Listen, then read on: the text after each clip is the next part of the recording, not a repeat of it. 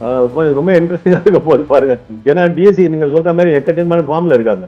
நீங்க நிறைய சேஞ்சஸ் வந்து சிஎஸ்கேல பண்ண வேண்டி இருக்கு.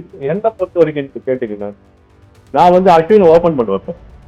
அஸ்வினை டிராப் பண்ணணும்னு சொல்றாங்களே சார். எல்லாரையும் டிராப் பண்ணிட்டு 11 பேர் டிராப் பண்ணிட்டு யாரை வச்சு ஆட போறீங்க? திரிபாதியை பின்னாடி கொண்டு வந்தீங்கன்னா அவருக்கு வந்து ஒரு ஸ்பின்னர் ஆடும்போது அவருக்கு கொஞ்சம் ஹெல்ப்ஃபுல்லா இருக்கும். உள்ள போனோன்னு ஓப்பனிங்ல வந்து அவருக்கு கை ஓடல கால் ஓடல நடக்கிறாரு ஓடுறாரு குதிக்கிறாரு. தோனி மட்டும் இல்ல ஜடேஜாவும் கொஞ்சம் தன்னை ப்ரொமோட் பண்ணிட்டு மேல வரணும். சும்மா இந்த பின்னாடி உட்காந்துட்டு எனக்கு ருத்துராஜ் கெய்க்வாட் வந்து கேப்டன்சில இன்னும் கொஞ்சம் மெச்சூர் ஆகணும். சார் டிசி விசஸ் சென்னையோட 3வது ஹோம் மேட்ச் சிஎஸ்கேக்கு வந்து சென்னை தான் சார் கோட்டை. சோ வந்து சேப்பாக்ல அவங்க தோக்கவே மாட்டாங்க. பட் இப்பெல்லாம் லேட்டரா நிறைய தோக்குறாங்க. டிசி மேட்ச் பத்தி பேசும்போது உங்ககிட்ட பேசணும்னு நினைச்சது வந்து டிசி இது மாதிரி ஒரு மாதிரி சம ஃபார்ம்ல இருக்காங்களே சார். அவங்களை எப்படி சார் சென்னையில அடிக்க முடியும்? அது ஒரு டே மேட்ச் ஒரு 3:30 மணி மேட்ச்ல எப்படி சார்? ரொம்ப இன்ட்ரெஸ்டிங்கா இருக்க போது பாருங்க. ஏன்னா டிஎஸ்சி நீங்க சொல்ற மாதிரி எக்கச்சக்கமான ஃபார்ம்ல இருக்காங்க. அண்ணா ஸ்விமிங்கா வந்த ஒரு டீம் அது யாருமே அவ்வளவு அந்த மாதிரி அவ்வளவு பிக்கா அவங்க மேல வருவாங்க. இப்படி சாலிட் பெர்ஃபார்மன்ஸ் அவங்க கிட்ட இருக்கும்னு எதிர்பார்க்கல ஆரம்பத்துல. நீங்க எந்த ஒரு அனாலிஸ்ட் இப்ப வந்து இந்த 10 டீம் அனலைஸ் பண்ணதை எடுத்து பாத்தீங்களான்னு டிஎஸ்சிஐ வந்து கிட்டத்தட்ட 6-7க்கு கீழே தான் இருந்தது அவங்களோட லிஸ்ட்ல பாத்தீங்கன்னா. அது எல்லாத்தையும் டிஸ்ப்ரூவ் பண்ணிட்டு மேல வந்துட்டு இருக்காங்க. அக்ஷர் பட்டேலோட டச் அங்க ஒர்க் அவுட் ஆகுது நல்லா அவங்களுக்கு. இந்த ஸ்டப்ஸ் வேற இப்போ நல்ல ஃபார்ம்ல இருக்காரு, ஆடுறாரு, போக்கஸ்டா ஆடுறாரு. Bowling is excellent. அந்த மாதிரி பண்ணிட்டு இருக்காங்க. இங்க எப்படி பண்ண போறாங்கிறத வெயிட் பண்ணி பார்ப்போம். பட் ஆஃப்டர்நூன் மேட்ச்ங்கிறதுனால எனக்கு தெரிஞ்சு சிஎஸ்கே வில் செயில் த்ரூ அடிச்சிருவாங்க. Sir CSK will sail through அப்படின்னு சொல்றீங்க. சிஎஸ்கேக்கு there are problems of plenty அப்படின்ற மாதிரி யாரை வச்சு இப்போ இந்த ஃபாரின் பிளேயர் கான்வேவா ஆடுவாங்களா மாட்டாங்களா சார்? இல்ல ரச்சின் ரவீந்திரா ராகுல் திரிபாதி தான் ஓப்பனிங்னா தட் லுக்ஸ் வெரி வெரி இது அவர் டான்ஸ் ஆடுறாரு ஆனா பால் ஆட மாட்டாரு சார். நீங்க நிறைய சேஞ்சஸ் வந்து சிஎஸ்கேல பண்ண வேண்டி இருக்கு. பண்ணுவாங்களா இல்லையாங்கிறது தெரியாது. பண்ண வேண்டி இருக்கு. அதுல வந்து மாற்று கருத்தே கிடையாது. கான்வே உள்ள வரணும், கண்டிப்பா ஓப்பனிங் ஆடு ஆகணும். பட் யார் இடத்துக்குள்ள உள்ள வருவாரு? அப்படி அவர் உள்ள வரதா இருந்தா ஃபாரின் பிளேயர்ஸ்ல ஓவர்டர்னையோ அந்த அந்த ஸ்லாட்ல ஆடுற ஒரு சாம்கரன், ஓவர்டன், எலிஸ் இந்த 3 பேர்ல யாராவது ஒருத்தர் அந்த ஸ்லாட்ல ஆடுறாங்க இல்லையா, அந்த இடத்துல ஆடக்கூடிய ஆளு இந்தியன் பேட்ஸ்மேன்ஸ் தேடணும்.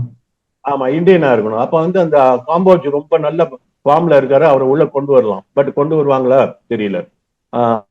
அப்படி ஒரு சுச்சுவேஷன் இருக்கு. இல்ல கான்வே உள்ள வர முடியாது அப்படின்னு இருந்ததுன்னா அப்ப ராகுல் திரிபாதியே வச்சு ஓபன் பண்ண போறாங்களா அப்படின்னா அதை விட ஒரு மட்டமான ஐடியா எதுவுமே இருக்க முடியாது. ராகுல் திரிபாதி இதுக்கப்புறமா இந்த மூணு மேட்சுக்கு அப்புறமும் அவரை ஓபன் பண்ண வச்சாங்கன்னா அது மாதிரி ஒரு முட்டாள்தனம் எதுவும் இருக்க முடியாது. அதுல அர்த்தமே கிடையாது. அப்போ அந்த இடத்துக்கு என்ன பண்ண போறாங்க அப்படிங்கிறது ஒரு பெரிய $1 மில்லியன் கொஸ்டின் வரும். அதனால அந்த இடத்த நீங்க கண்டிப்பா அவங்க அட்ரஸ் பண்ணியே தீரணும். கான்வாய் உள்ள வந்தே ஆகணும்.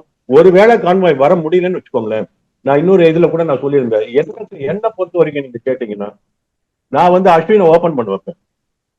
ஏன்னா 8லயோ 9லயோ அவன் அஸ்வின் ஆடுறதுல எனக்கு தெரிஞ்சு பெரிய டீமுக்கு ஒரு வரவு இருக்க மாதிரி எனக்கு தோணல. அவர் அந்த இடத்துல இல்ல அவர் 11ல கண்டிப்பா இருப்பாருங்க. அவர் டிராப் எல்லாம் பண்ணிட்டு யாரு எல்லாரையும் டிராப் பண்ணிட்டு 11 பேர் டிராப் பண்ணிட்டு யாரும் வச்சு ஆட போறீங்க? அப்படிலாம் பண்ண முடியாது. பட் நீங்க இப்ப நீங்க அது ஒரு தனி ஒரு டாபிக்காவே நம்ம பேசணும். அந்த சீனியர் போலர்ஸ் காணாம போயிட்டாங்க இந்த ஐபிஎல்ல இது வரைக்கும்.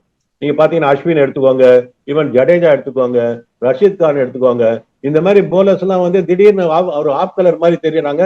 இதை பத்தி நம்ம டீடைலா அப்புறமா பேசலாம், இதை கொஞ்சம் அனலைஸ் பண்ணி.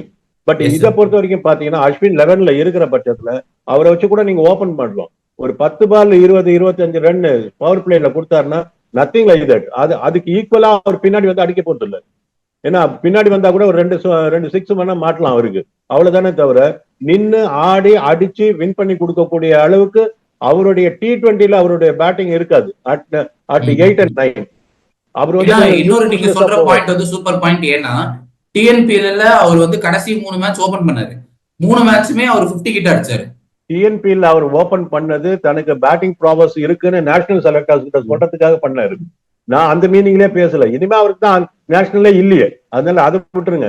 நான் சொல்றது காரணம் என்னன்னா 8 and 9ல அவரால எந்த பிரயோஜனமும் இல்லை அப்படிங்கிறது என்னுடைய பார்வை. நீங்க அவர் வந்து excellent allrounder, but not in T20. T20ல போயிட்டு அந்த இடத்துல போயிட்டு ஒரு 5 பால் 18 ரன் அடிக்கிற மாதிரிலாம் அவருக்கு இல்ல, அந்த மாதிரி கிடையாது. அதனால அவர் எங்க நீங்க பெட்டரா யூஸ் பண்ண முடியும்? நீங்க ஓப்பனிங் கொண்டு போயிட்டீங்கன்னா பவர் பிளேல எப்படி 3 பேர் தான் வெளியே இருக்க போறாங்க. அந்த மாதிரி சமயத்துல நீங்க அவருக்கு ஈவன் ஒரு 8 எடுத்துன்னு போனா கூட போதும். நீங்க 10 பால் 12 பால் 6 ஓவர்ல 2 ஓவர் அவருக்குன்னு கொடுத்துருங்க. அவர் ஒரு 25 ரன் ஸ்கோர்ல போட்டாருன்னா, போர்டுல போட்டு வந்துட்டாருன்னா கூட பிரச்சனை கிடையாது. நீங்க மீதி இருக்கிற 4 ஓவர்ல ரச்சின் ரவீந்திரா ஒரு 30 ரன் அடிச்சுடுவாரு, உங்களுக்கு 50-55 ரன் பவர் பிளேல வந்துடும். அதனால அதுதான் நீங்க பார்க்கணும். அது அட் த சேம் டைம் திரிபாதியை பின்னாடி கொண்டு வந்தீங்கன்னா அவருக்கு வந்து ஒரு பின்னர் ஆடும்போது அவருக்கு கொஞ்சம் ஹெல்ப்ஃபுல்லா இருக்கும். உள்ள போனோன்னு ஓப்பனிங்ல வந்து அவருக்கு கை ஓடல, கால் ஓடல, நடக்கிறாரு, ஓடுறாரு, குதிக்கிறாரு, என்னெல்லாமோ பண்ணிட்டு இருக்காரு ஒரு பீஸ்குள்ள. அதெல்லாம் வந்து ஒருவேளை பின்னாடி வந்தாருன்னா செட்டில் ஆடலாம் அவரு. நீங்க திரிபாத்தியை ரூல் அவுட் பண்ண முடியாது, ஏன்னா அவர் டீம்ல ஸ்குவாட்ல இருக்காரு. நீங்க அந்த இடத்துல ஒரு ஆள் திரிபாத்தியோ இல்ல கூடவோ ஆடிதான் ஆகணும். விஜய் சங்கர் கண்டிப்பா 100 மேட்ச் சான்ஸ் கொடுப்பாங்க, அவர் ப்ரூவ் பண்ணுவார், நான் நம்புறேன். அதனால இந்த சேஞ்சஸ் அவங்க பண்ணிதான் ஆகும். Dhoni sir big factor. Dhoni மட்டும் இல்ல, ஜடேஜாவும் கொஞ்சம் தன்னை ப்ரொமோட் பண்ணிட்டு மேல வரணும். சும்மா இந்த பின்னாடி உட்காந்துட்டு இந்த கடைசியில 19.4 ஓவர்ல உள்ள போயிட்டு பேட்டிங் கார்டு எடுத்துட்டு இங்க ஒரு சுத்துறேன், அதெல்லாம் ஒர்க் அவுட்டே ஆகாது. டீம் ஜெயிக்கணும்னு பண்ணா டீமுக்காக ஆடுங்க, மேல வாங்க, எங்க தேவையோ உங்களுக்கு வந்து ஆடுங்க. இன்ஃபேக்ட் விஜய் சங்கர் வர வேண்டிய இடத்துல கூட ஜடேஜா வந்தா I am okay with that. 2 பேருமே வெறும் தோனி நம்ம பேசிட்டு இருக்கோம். ஏன் ஜடேஜா என்ன, ஜடேஜா வந்த உடனே கார்டு எடுத்த அடுத்த பால்ல இருந்து அடிக்கிற ஆள் கிடையாது. அவருக்கும் ஒரு 2-3 பால் செட் ஆகும், அந்த மாதிரி ஆடுறவர் தான். அதனால அவர் பின்னாடி வரதுல என்ன பிரயோஜனம் இருக்கு நீங்க அப்போ? அதனால அவருக்கு இந்த மோர் நம்பர் ஆஃப் பால்ஸ் ஆடக்கூடிய ஒரு சிச்சுவேஷன்ல ஸ்லாட்ல அவரை இறக்கணும். ஓவர் டன்லாம் ஆடினாருன்னா ஓவர் டன்னை மேல ஏற்றி விடுங்க. அவர் வந்து 4 பால்ல பல்கி ஃபெலோ, ஆளை பார்த்தாலே பயமா இருக்க மாதிரி இருக்கும் போலருக்கு. 4 தூக்கி விட்டு அவங்க கூட டக்குன்னு உங்களுக்கு ஆஸ்கிங் ரன் ரேட் இறங்கிடும். அந்த மாதிரி இருக்கிற ரிசோர்சஸ் யூஸ் பண்ணணும். நான் வந்து கடிவாளம் கட்டின குதிரை மாதிரி ஓடுவேன் அப்படின்னு சொன்னா ரேஸுக்கு லாய்க்கு, கிரிக்கெட்டுக்கு லாய்க்கு. சார் நீங்க சொன்னீங்க டோனி அவரோட ஃபேக்டர் வந்து ரொம்ப ரொம்ப இது அப்படின்னு சொல்லிட்டு, சென்னையோட போலிங்லயுமே கூட நிறைய இது இருக்கு இல்ல சார். இப்ப அஸ்வின் ஃபார்ம்ல இல்ல, மேபி அவர் பேட்டிங் நீங்க சொன்ன மாதிரி கொஞ்சம் செட் ஆயிருச்சு அப்படின்னா அது கூட ஒரு போலிங்க்கு டர்ன் அவுட் ஆகலாம். ஜடேஜாக்கு இதோ இல்ல, வெறும் நூர் அகமதோட போலிங்கை வச்சு மட்டும் சென்னை வந்து எவ்வளவு நாள் சார் சர்வை ஆக முடியும்? அவர் கொஞ்சம் பெட்டரா யூஸ் பண்ணலையோன்னு தோணுது எனக்கு. ருத்துராஜ் கைக்வாட் வந்து கேப்டன்சில இன்னும் கொஞ்சம் மெச்சூர் ஆகணும், இன்னும் கொஞ்சம் திங்கிங் அவருக்கு இருக்கணும், இன்னும் கொஞ்சம் அப்ளை பண்ணணும். அவருக்கு சரியா கைட் பண்றாங்களா இல்ல ஆளுக்கு ஒண்ணு சொல்லி அவரை குழப்புறாங்களான்னு எனக்கு புரிய மாட்டேங்குது. ஏன்னா அவர் வந்து இப்ப அந்த அவரோட ஸ்பின்னர்ஸ் அவர் ஹேண்டில் பண்ற விதம் கொஞ்சம் டவுட்ஃபுல்லா இருக்கு. ரொம்ப ஜடேஜா ரொம்ப லேட்டா இன்ட்ரோடியூஸ் பண்றாரு.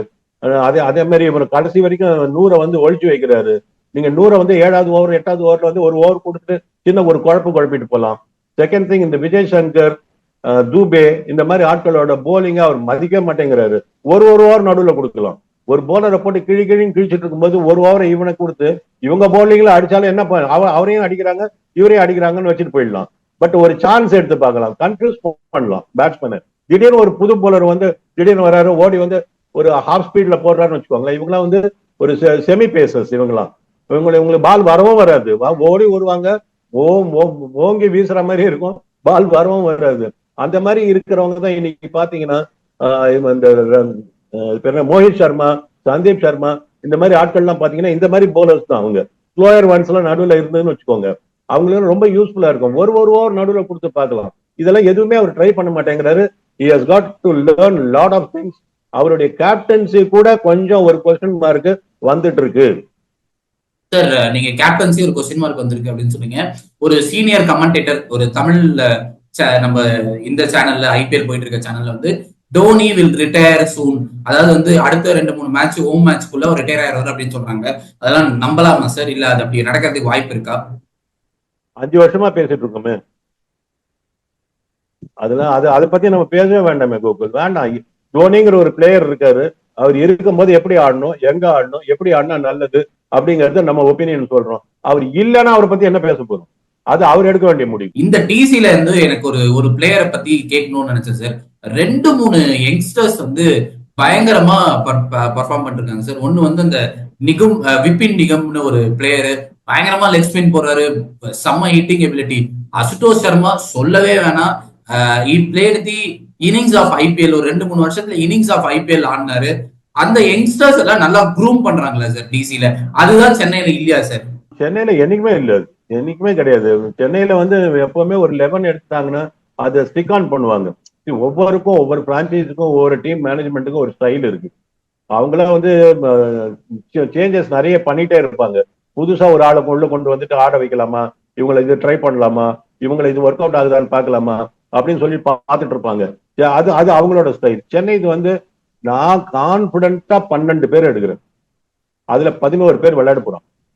இந்த 11 பேரை அவங்கள கூப்பிட்டு 11 பேரை, அப்பா நீ உன் கேம் ஆடு, உன்னை இந்த சான்ஸை பத்தி கவலைப்படாது, நீ ஜெயிச்சாலும் சரி அடிச்சாலும் சரி அடிக்கட்டாலும் சரி உன் chance achieved, but team win பண்றதுக்கு பண்ணி கொடு அப்படின்னு நீங்க பேசுனீங்கன்னு வச்சுக்கோங்க, அந்த பிளேயர்ஸுக்கு ஒரு கான்பிடன்ஸ் லெவல் வரும். கொஞ்சம் அவனோட he can express himself in a better way அப்படின்னு திங்க் பண்ணக்கூடிய ஒரு மேனேஜ்மெண்ட் இருக்கும். அந்த மாதிரி மேனேஜ்மெண்ட் தான் சிஎஸ்கேவோட மேனேஜ்மெண்ட். அவங்க அவ்வளவு ஈஸியா அவ்வளவு டக்கு டக்குன்னு ஆள்லாம் மாத்திட்டு இருக்க மாட்டாங்க. நீங்க மும்பைல வந்து அவங்க வந்து 1 or 2 பிளேயர்ஸ் இன்ட்ரோடியூஸ் பண்ற மாதிரி இங்கெல்லாம் அவ்வளவு சீக்கிரமா நடக்க முடியாது. நம்ம கண்ணுக்கு நேர ஜெகதீசன் கேஸ பார்த்திருக்கோம். அந்த மாதிரி இப்ப கூட ஆந்திரே சித்தார்த் இருக்காரு, நல்ல ஃப்ரண்ட் ஆஃப் தி விக்கெட் பியூட்டிஃபுல்லா ஆடக்கூடிய ஒரு பேட்ஸ்மேன். ஷேக் ரஷீதும் இருக்காரு sir, is a brilliant player. ஷேக் ரஷீத் அவரும் சம பிளேயர். ஷேக் ரஷீத் இருக்கு. அப்படி சமீர் ரஷ்மியை பத்தி அப்படித்தான் பேசிட்டு இருந்தோம். ஒரே ஒரு மேட்ச் ஆடினாரு அவரு, அதுவும் அடிக்கல. இந்த சீசனும் ஒரு மேட்ச் ஆடினாரு, அடிக்கல. ஸோ எப்படி இந்த மாதிரி கொடுக்குறோம் ஆனா அடிக்கல அப்படின்னு வரும்போது இவங்க ரிஸ்க் எடுக்க பயப்படுறாங்க. அசுதோஷ் சர்மாலாம் நீங்க வேற லெவலா ஆடினாரு அன்னைக்கு. போன சீசன் நீங்க சஷாந்த் சிங் ஆடினாரு பாத்தீங்களா, அந்த மாதிரி இவரு ஆடி இருப்பாரு. அந்த மாதிரி ஒரு இன்னிங்ஸ் ஆடினாரு அவரு. இந்த மாதிரி ஒன்னு ரெண்டு ஒரு திடீர்னு அப்படி வருதுங்க. இந்த லெக் ஸ்பின்னர்ஸை பத்தி பேசிட்டு இருந்தீங்க, இவங்க எல்லாம் கூட கொஞ்சம் ஒரு பீரியட் ஆஃப் டைம் எப்படி போறாங்கன்னு பாக்கலாம். போன சீசன் சுயேஷ் சர்மா வந்து டாக் ஆஃப் த ஐபிஎல் இருந்தாரு, அவ்வளவு பிரமாதமா போட்டுட்டு இருந்தாரு. திடீர்னு கேகேஆருக்கு வந்து திடீர்னு என்னமோ கலக்குன்னு கலக்கிட்டு இருந்தாரு. பட் இந்த வருஷம் பாருங்க ஒன்னும் எடுபடல. இவங்களாம் ஒரு 1 or 2 சீசன்ஸ் பண்ணட்டும், அப்புறமா அவங்கள பத்தி நம்ம இவாலுவேட் பண்ணணும். சார் ரொம்ப நன்றி சார், நிறைய விஷயங்களை பேசியிருக்கீங்க சார். மக்கள் என்ன சொல்றாங்கன்றத பார்ப்போம். ஸோ ஆஃப்டர் டிசி மேட்ச் உங்களோட நான் கனெக்ட் பண்ணி என்ன தப்பு நடந்துச்சு என்ன ரைட்டா நடந்துச்சுன்றதை பேசுவோம் சார். நன்றி சார். தேங்க்யூ.